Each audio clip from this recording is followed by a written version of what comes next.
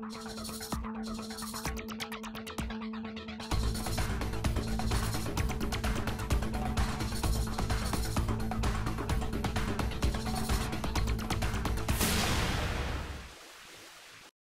everyone, I'm Dick Beardsley. Welcome to the fishing scene. Well folks, today we're talking about walleye fishing. It's one of the most sought after fish, especially here in the upper Midwest, and also one of the most elusive. In fact, last year the Minnesota Department of Natural Resources did a creel census and they figured out that on a typical 8-hour day for the average person fishing walleyes on Minnesota lakes, in 8 hours they caught 0.6 walleyes. Not 6, not 16, not 1, 0.6, a little over a half a fish. So your odds aren't real good, but you know what? You can make your odds a little bit better if you know where to go and the types of baits you want to use. Now in the springtime, early season, it can be pretty gosh darn good, but depending on the weather in the springtime, those fish can be all scattered out and about. Now, areas you want to concentrate on early in the season are those shallow, rocky areas where the wind's blowing into, those shallow water points. Those types of areas are really, really good. Also, other areas to look for are where rivers are coming in, or creeks, but preferably rivers are coming into that body of water. You know the walleyes are going to be in that area because they're going to that area to spawn. So once they get done spawning, they hang around there for a little bit, and then they start going out to their summer haunts. Now, as you get into the summertime, I'm talking June, July, August, June is probably the #1 best month of the entire year to fish walleyes. By that point, most of the time, they're out there on their summer haunts. They're a little more easy to pattern.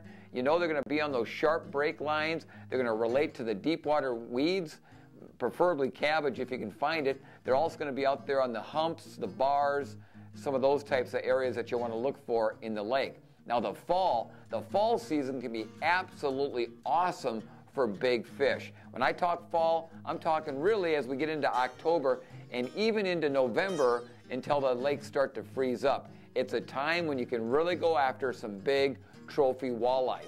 The good part is also is the water skiers, the jet skiers, most of the folks fishing have put all their boats away and you can virtually have that lake all by yourself. The key in the fall is fishing those deep, steep break lines with big baits. If that's what you're going after is big walleyes.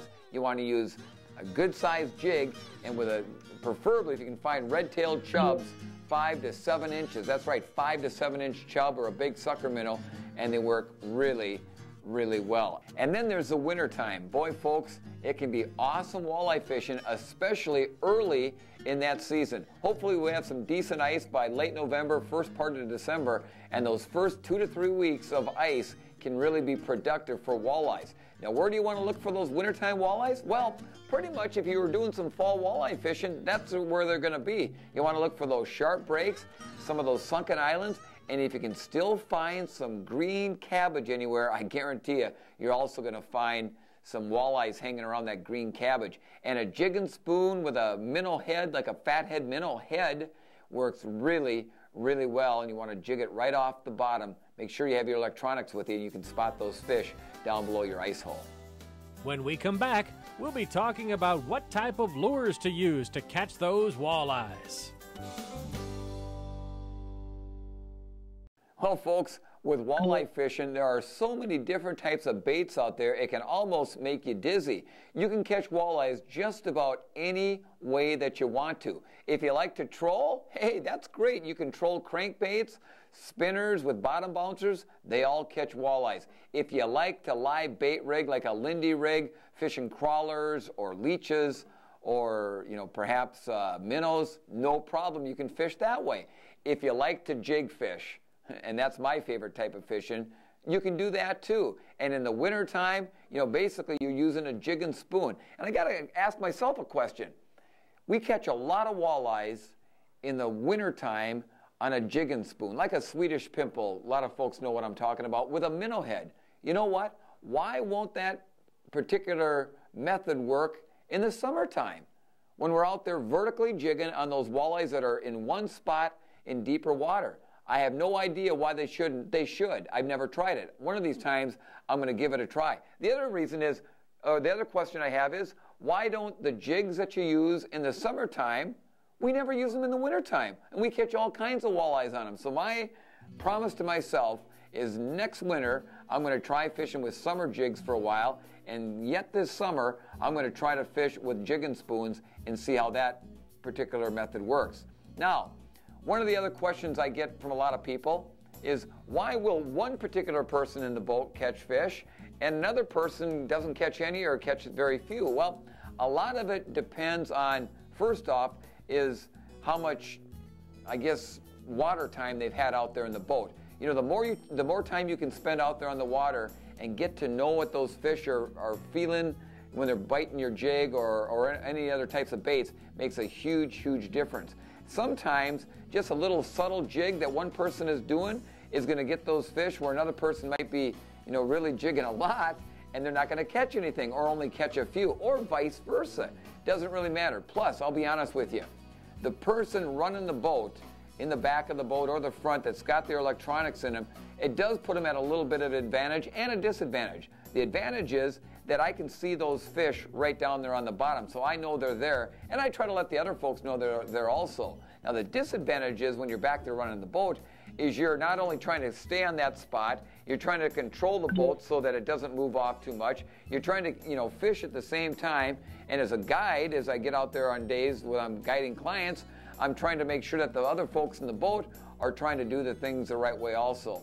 But no question about it, I think the person in the back of the boat with the electronics can see what's going on and have a little bit more knowledge of how those fish are going to react. Sometimes they're a little bit off the bottom, so then you can raise that jig up. A lot of the times, though, they're belly down right on the bottom, and you just want to do small, little, subtle jigs. Now remember, if you're jig fishing, if you twitch that jig just like that with your wrist, that jig will jump 6-8 inches off the bottom. So when you're really, you know, ripping it like this, it's coming halfway back to the boat. Now, there are occasions when really ripping it like that works well. A good example is if you're fishing walleyes in thick cabbage. Some of the best ways to do that is pitch that jig right out into the thick cabbage, and then you rip it through the cabbage, let it sink back, rip it through the cabbage, and that works extremely well to get the attention of walleyes. People ask me a lot, Dick, what color is the best color for fishing walleyes if I'm jig fishing? Well, there's a multitude. There's an old adage that says on dark days you want to fish dark colors like blacks, browns, grays. On bright days, bright colors, yellows, oranges, chartreuses, white. Now you'd think it'd be just the opposite. Now it doesn't always hold true, and if I had to pick one particular color, and that's the only color jig I could fish with, hands down it would be a chartreuse colored jig. Hands down, not a question at all about that. Another question I get is, boy Dick, I'm looking at my sonar and I can see the fish down there, but I can't get him to bite. Well, a couple things. One, unless you put an underwater camera down there, you're not really sure if it's walleyes. It could be a bunch of suckers, could be tullibes, could be a variety of other fish. But let's say they're walleyes. And sometimes after a wicked cold front comes through, or if the weather's been really, really hot and the fish are a little bit lethargic, then what you got to do is you basically have to bump that fish on its nose with that jig or that bait. And another way to possibly catch those fish when they're in a negative mode is get a reaction bite. And when I say a reaction bite, that's like taking a crankbait or a spinner and really buzzing it by them at a fairly quick speed. And what it does is they react to that vibration or that flash, and even if they're not hungry, they'll react to it, come out, and bite that bait. Still to come, we head out onto the lake to catch some walleye.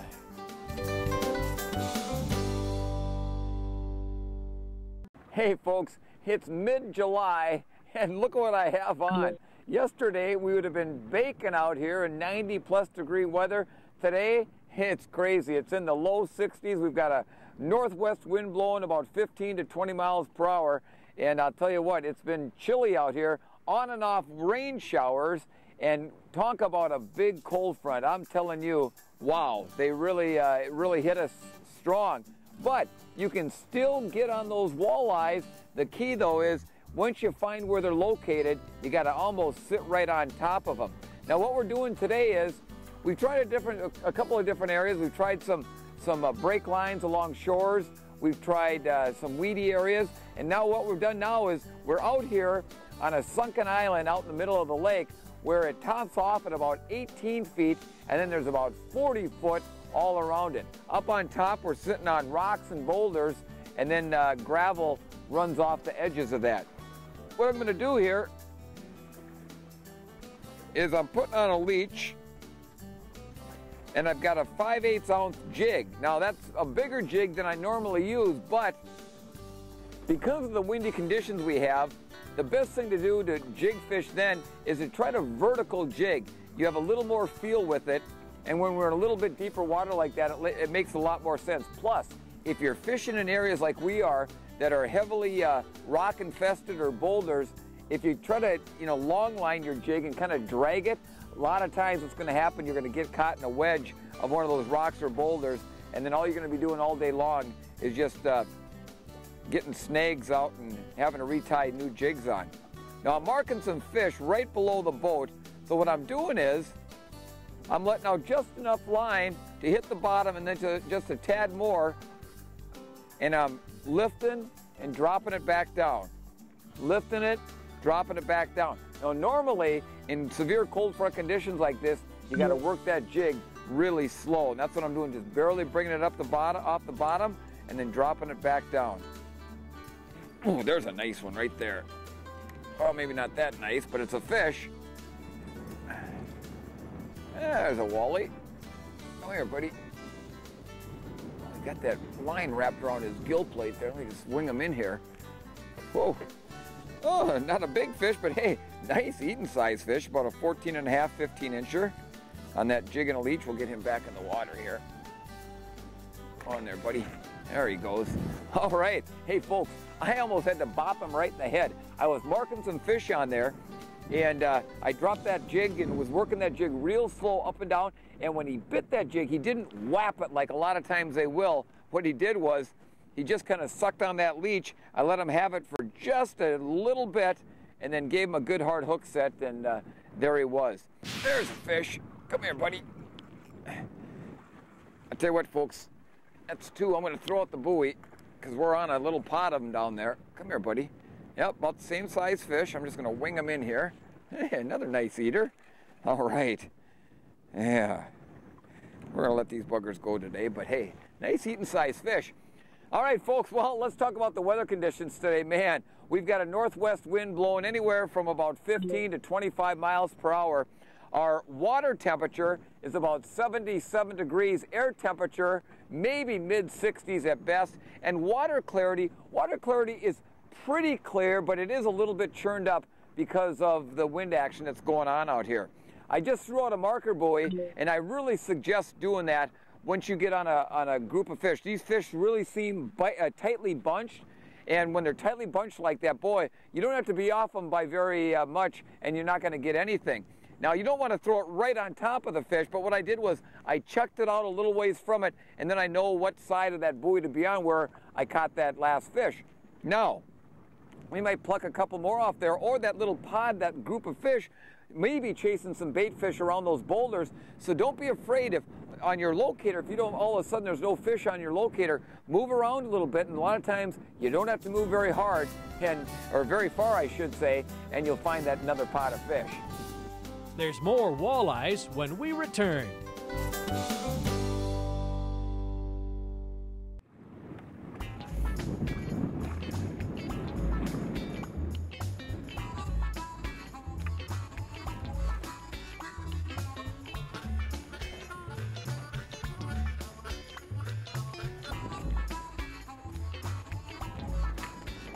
Hey folks, that wind is really starting to howl. Plus we've had a few rain showers keep coming through off and on, so it's made fishing a little bit difficult, but hey, you can still catch, there's one right there, catch them on cold front conditions.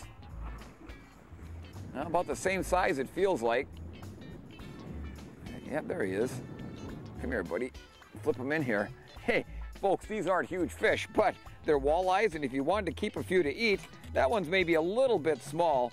That's about 14 inches, but you know what? They make good eating this size fish. me get that jig out. Get him back in the water there.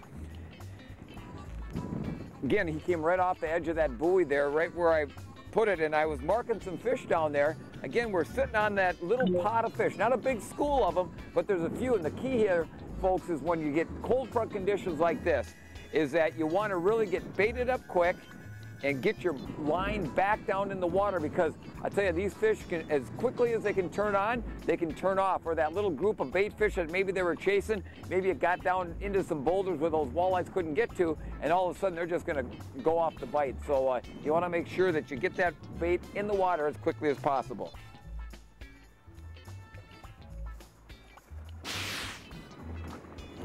There's a fish. Oh yeah, there he is. He's there. He's kind of coming towards the boat there a little bit. There's a little walleye. Come here, buddy.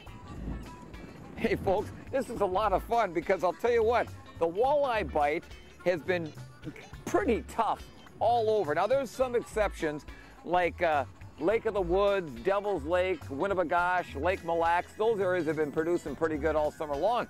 But a lot of the area lakes, from Detroit Lakes to Bemidji to the Brainerd area, it's been kind of a tough bite. Early morning or late in the day seems to be your best bets. Now, we're out here in the middle of the afternoon, but look at our conditions. Again, we got cloudy skies and a good wind, and I think that's why these fish are going right here in the middle of the day.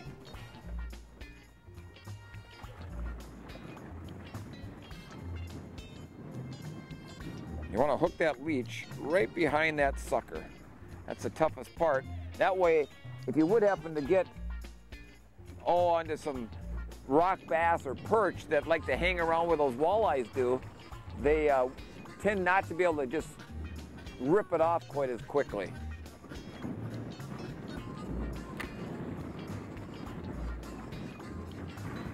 Okay, I let that jig fall, and I'm vertical jigging it right there. That feels like a little better fish. It's tugging a little bit better this time. Straight down below the boat. There he comes. Oh yeah, it's a little bigger walleye. Come here, buddy. Just gonna do the old bass trick and flip him in here. Yeah, hey, that's a nice eater there. Nice fish, huh? 16-incher? Yeah. All right, hey folks, we're getting walleyes right out in cold front conditions. I'll tell you what, that's a lot of fun, especially when the walleye bite's been slow this year. Anytime you can get on a semi-decent bite, I'm telling you, this summer, that's a big bonus.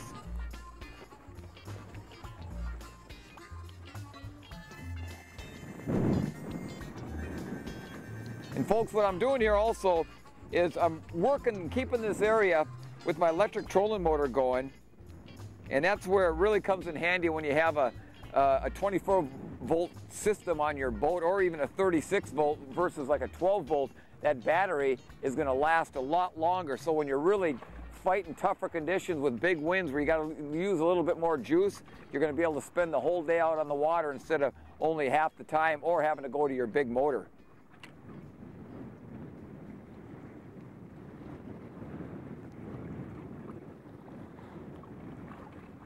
Oh, jeepers, one was just, he was just holding on, and then I kind of lifted it up and he dropped it. Oh, he's back. There he is. There he is. Come on. Straight down below the boat again. Where is he? I don't see him yet. There, I just caught a glance. There he comes. There he comes. Come on, buddy. Atta boy. Good job. All right. Hey, folks, let me tell you, anytime you can get on a decent bite of walleyes like we've had this afternoon out under these conditions, I'll tell you what, no matter what the size, it is a good day. So, hey, don't get discouraged under windy, cold front, rainy conditions. If you have patience, get out there, and if you have vertical jig in deeper water, make sure you do this. Go to a bigger size jig.